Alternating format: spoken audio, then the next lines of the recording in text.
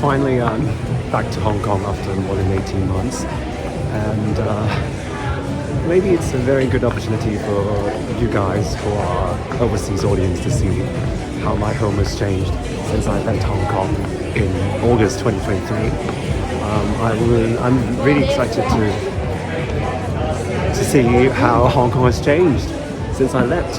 So I hope I can give you a pretty decent perspective on how Hong Kong has changed in my recent, especially these days. I think there are many KOLs overseas that have been, I don't know if they have been invited or they just went to Hong Kong by their own initiative and present a very good picture of Hong Kong nowadays. And I can see a lot of comments are quite negative, especially from the Hong Kong people, about Hong Kong is not like that. So maybe I can provide you an alternative perspective on how Hong Kong has changed now. So see how it goes. I'm flying Cathay Pacific's business class this time. Cathay had its own business class lounge in London's Heathrow Airport, and I have to say it's toe-to-toe with its Hong Kong counterpart, whether it's the space, choice of food, or its service, all of which are as good as Hong Kong International Airport's lounge, if not better. As for its aircraft, although it is not the latest renovated Aria suite or the new business class, it's still pretty decent.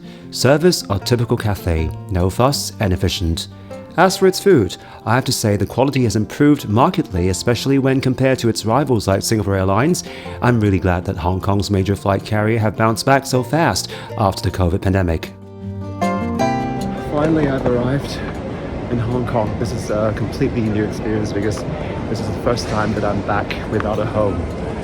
I'm actually officially a tourist here now, but everything is still so familiar to me, and so I kind of have a really complicated and completely new experience. Alright, I've checked in my luggage, but I still haven't got a room. And now I'm heading to my parish in Hong Kong. As you guys might know, I'm a choir member, so I'm gonna give them a surprise because I haven't told them that I have arrived in Hong Kong, and see how they respond to my surprise visit. Yeah. Right after my flight landed, I managed to surprise my choir mates by visiting my parish, which is St. Margaret's Church, and perform at the Mass at 12:30 p.m. Hong Kong's public transport is still one of the best in the world, which leaves you no excuse to be late for any appointment.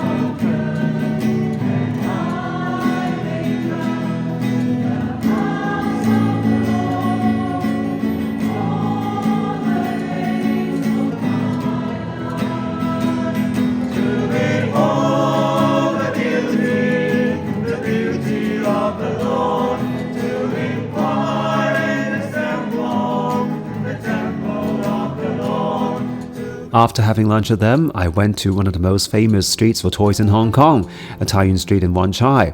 I really need to snap all those Tomica die-cast models that I can't have in London. Another thing that I miss the most is the Chinese cuisine. This time, I'm having some of the most traditional Chinese cuisine like the pig lung almond soup and sweet and sour pork at the Choi Hung village in Hong Kong. The next day, I'm visiting another parish of mine, Lady of Mount Carmel in Wan Chai, and also a memory trip to the place where I've lived for 40 years. You can see this is my parish. I've been a Catholic since I was born because I'm baptized as a baby and no choice but become a Catholic by force, you know, in a sense. But I seem to be quite comfortable with my identity as a Christian, so I grew up here. And this is Star Street Precinct. It's kind of funny that it's a very old district when I was born, and since like in the late 80s and 90s, a Swire group of the UK has bought a lot of properties here and redeveloped this area to become a really Soho-ish precinct. As you can see, there are lots of shops and also lots of pubs and bars over there. And I'll show you in a minute. For example, like this one. This is restaurants specialized in Italian food, and also this one specialized in pizza as well. And just a few minutes walk, you will see another restaurants called Ula with lots of really good I think Italian or Spanish restaurants. And also this boutique shop selling clothes that are quite chic. You can see there are Lamborghini showroom here, and also I'm not talking about the refuse collection point over there. Basically I'm talking about this area with lots of pubs and bars and restaurants. And also these are the office area that Swire was trying to build its empire. You can see the Star Street 3, and then this is the Pacific Place. And then downstairs you have Pacific Place 4 and 6, but I think Swire has recently got into trouble because they have too much office space, and as we know that Hong Kong's economy is not very good nowadays, and that means a lot of these office area was actually still vacant, and it really maybe take years, even decades to absorb the excessive office space built in Hong Kong. Especially after COVID and the protests happened in 2019, Hong Kong has seen its economy deteriorate, and a lot of expats have left Hong Kong, and despite the fact that they have come back, still it's no way near the levels pre-COVID.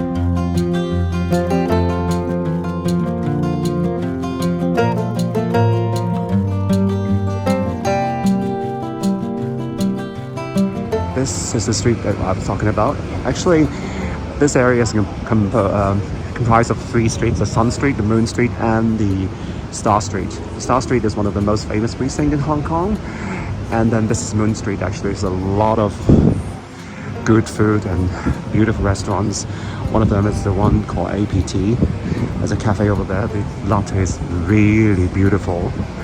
And then another one called Bazaar is they have absolutely fabulous green tea. And this is the block that I lived when I was an infant, not just a kid. And you can see the reason why it's called Star Street, Moon Street, and Sun Street is because the very first power station in Hong Kong was actually built in this area. So that's why people think that it's as bright as stars and moon and sun. So that's why it's called the 3 universe streets. This says I have a lot of good memories here, especially since I so-called semi-retired. Spent a lot of time here just chilling, which reminds me of those good old days. This is my another home. I lived here from like 1 year old to maybe 10 years old. I moved to another block in this area. But since then, I remember this place before it was demolished and rebuilt. This is actually my childhood memory. I mean, the go-to place when I was a kid. The cafe shop that you see, this one is actually a very traditional Hong Kong style store. When I was a kid, I remember when I was a primary school student, every time when after school, if I got the money, if I got the petty cash, I would plow through the fridge in this store to get the best ice cream. Actually, it's not the best ice cream in Hong Kong. It's actually quite mediocre ones from Dairy Farm. But as a child, everything is good. You know, especially what I can remember is the watermelon ones. No, it's not watermelon ones. Maybe just melon ones. I really like that flavor. And also mint chocolate ones are actually quite nice. So after I had ice cream, I would just go home and do my homework. And that's how I spent my childhood, like doing homework, eating, not doing anything else.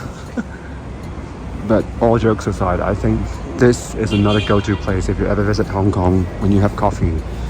this is one of the best coffee serving areas in Hong Kong, I have to say. I've just shown you a few good cafes in Moon Street, and now at the St. Francis Yard, this one, Blue Bottle. I guess you know the name because it's not just a brand name in Hong Kong, it's everywhere. So, but this one is phenomenal. The coffee is just beautifully grilled. What should I say? Not grilled. My English. Beautifully brewed, sorry. Now you know why I like this area so much, because it's just had a lot of vibes that I long for when I live overseas. And even though I'm now living in the UK, I don't get coffees that are as good as this one. Yeah.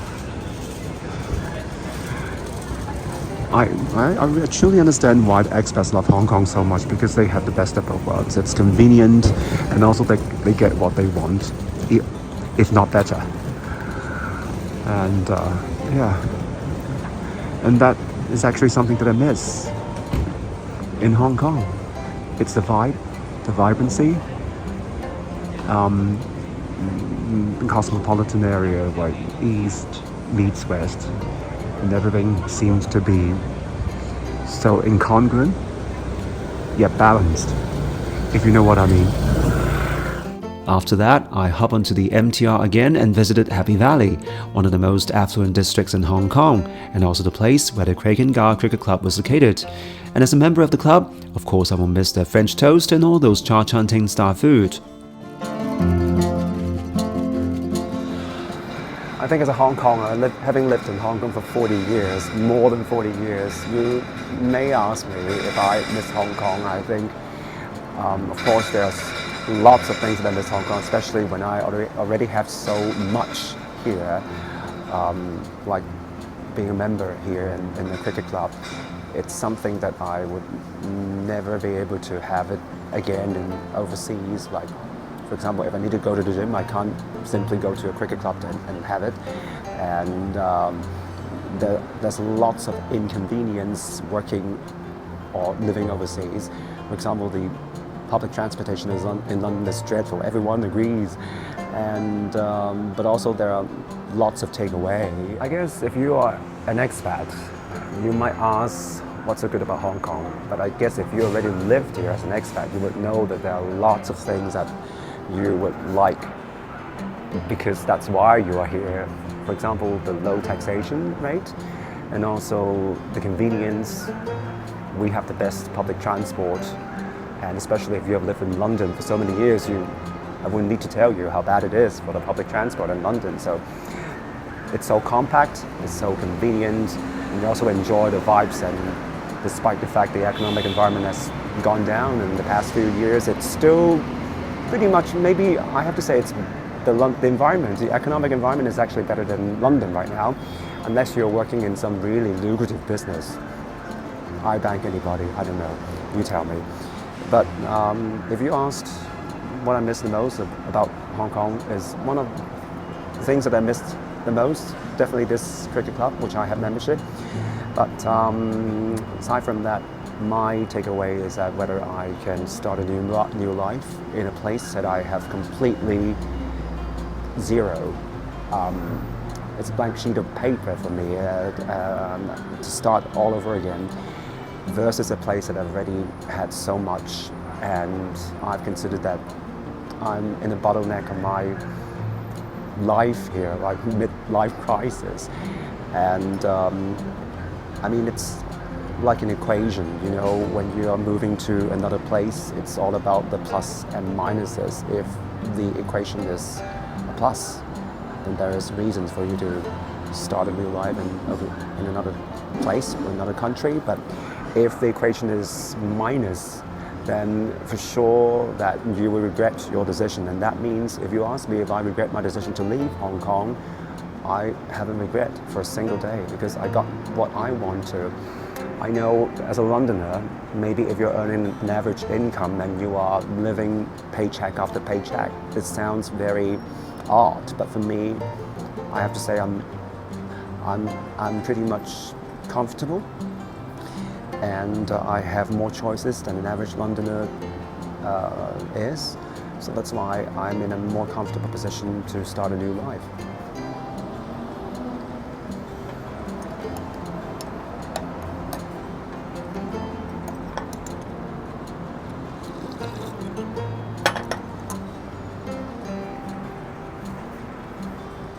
I mean, part of the equation is also about what can you gain if you stay in this place. For me, there's nothing more I can gain, given that I have done so much, and I don't consider myself to be able to start any new chapters here, because everything seems to be so taken for granted. And you know, it's like I don't see I can have any more breakthroughs, whether it's my career or whether it's my life. And I don't want myself to, just like one of those main characters in Dubliners, to decay and just go downhill. My lifetime, I need to start something new, especially if I still have the energy and stamina to start a new life. So if you ask me, of course there are things that I missed about Hong Kong, but also there are lots of things that I don't miss, and you know what that is. So it's part of the equation. If all things considered, I still, at least at this point, I haven't regretted my decision to leave Hong Kong, and hopefully that will be the case for the remaining 5 years. Speaking about the most affluent parts of Hong Kong, no trip to Hong Kong would be complete without visiting the beautiful shores in Southern District, and this time I'm taking you to, where else? The Repulse Bay.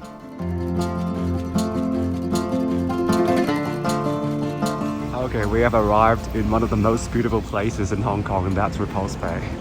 I'm having afternoon tea in Veranda, but this place has a lot of good memories, because back in those days when I was still at work and I don't want to travel because I want to save as much money as possible, this is giving me kind of a traveling vibe by visiting the Repulse Bay beach and then all these beautiful countryside. I guess you know why. If you're an expat, you know this is one of the most beautiful places and affluent places in Hong Kong, and it is so affluent, and the rich people live here for a reason, because this is so elegant, and this is one of the most iconic places in Hong Kong.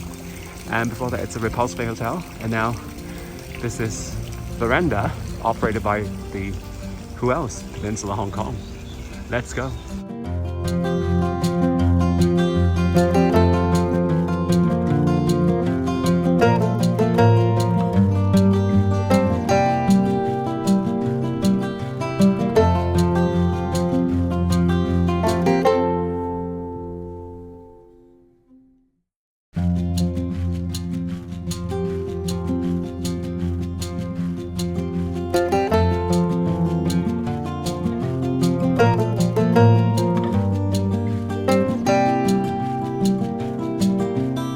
Another beautiful place in the Southern District is where the Fullerton Hotel is located, Wong Chuk Hang, or simply the Ocean Park. And this time, I'm having vegan Chinese cuisine in its Jade restaurant. I have to say, it's every penny well spent. Oh my god, this is one of the most beautiful scenes in Hong Kong, but I have to say, it is also one of the most expensive scenes in Hong Kong, because we are at the South District again, Southern District to be exact. I'm now in Fullerton, and as mentioned in my previous vlogs, this is one of my most favorite hotels in Hong Kong. It is not just because of this beautiful scene, it's also about this hotel. Of course, it's a Singapore-owned hotel, but it's not because of my love of Singapore that makes me love this hotel so much. It's because everything is so perfect. It's new, it's elegantly designed, the staff are really friendly and nice, the food is nice, the room is absolutely amazing, and then you just can't fault anything about this hotel. Almost I'm like having a commercial in this hotel. If there's a hotel that I miss the most when I leave Hong Kong, this is it.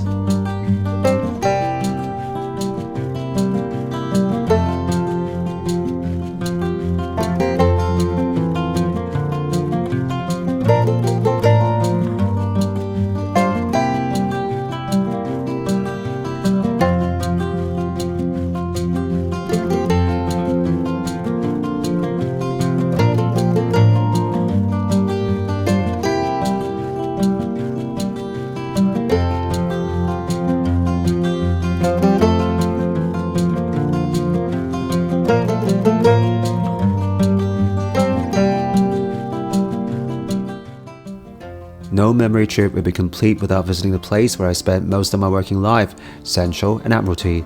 Back in those days when I worked as administrative officer in the government, I've witnessed some of the most glamorous and prosperous times in Hong Kong and also being groomed as future leaders of the city, only to recognize that isn't what I wanted. Lo and behold, I became Senior Investigation Officer in the Ombudsman, which is a highlight of my career, and I'm forever grateful what the city has nurtured me to whom I am right now. Of course, not every memory is good, but I consider all of them bittersweet ones.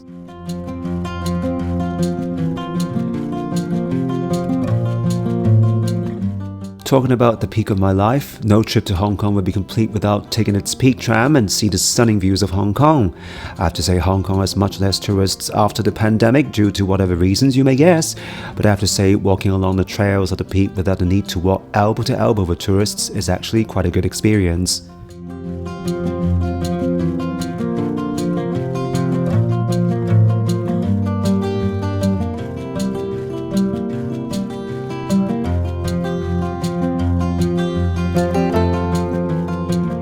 This is always the most iconic view of Hong Kong, especially if it's night. The thing is, I seldom visit the peak at night, so that's why I can only bring you guys to see the day view of Hong Kong's skyline. I have to say the skyline of Hong Kong has been constantly blocked by ever-rising skyscrapers, just like the two of it. Another eyesore. I think like back in like 10 or 20 years ago, people have already said this IFC is going to be an eyesore to the skyline of Hong Kong because it has completely blocked the views of the Kowloon Peninsula. And then 10 years on, there are more buildings that continue to be blocking the views of this beautiful Victoria Harbour, which kind of makes you feel like, haven't we improved the regulation, the planning regulation? It's all because these buildings are built on land that have no planning restrictions, because if you have worked in the planning department, you would know that these buildings are actually, especially those from the Hong Kong Island and probably some parts of the Kowloon Peninsula, the leases are actually old leases, and there's simply no planning restrictions. And there's no regulations that can possibly regulate these kind of high-rise buildings from building ever taller. So that is just a pity. You can see that's how Hong Kong continues to develop as a so-called international financial center.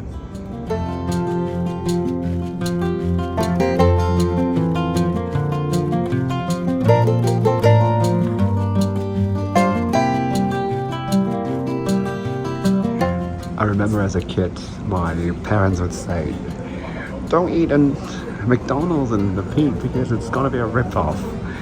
And this has become always a motto when I visit the peak. It's like I will never patronize in any single restaurants in the peak. But I just think as time goes by, as I grow old, I would say, just do it. It's like, why so many calculations about whether something is a rip-off or not? Sometimes, if you like it, I don't mind it's a rip-off. It's just something that you can instantly, maybe, it's kind of like satisfy your insatiable palate. It's like, why not? Alright, it's time to go downhill, literally, and see one of the most fabled shopping districts in Hong Kong, Causeway Bay. I have to say Hong Kong has lost quite a lot of glamour in terms of its reputation as a shopping hub due to its rent and economic downturn. But if you're old enough like me, you wouldn't help but think about the good old days where some of the most famous Japanese department stores are based and was once called Little Ginza.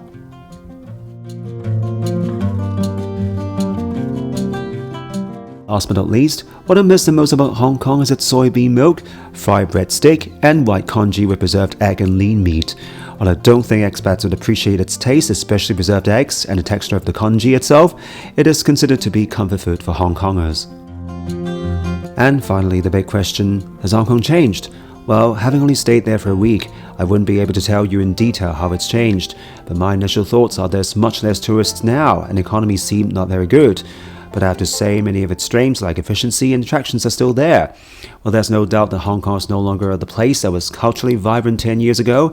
It still had its own strengths and charisma, and a place where I've owed so much success to it.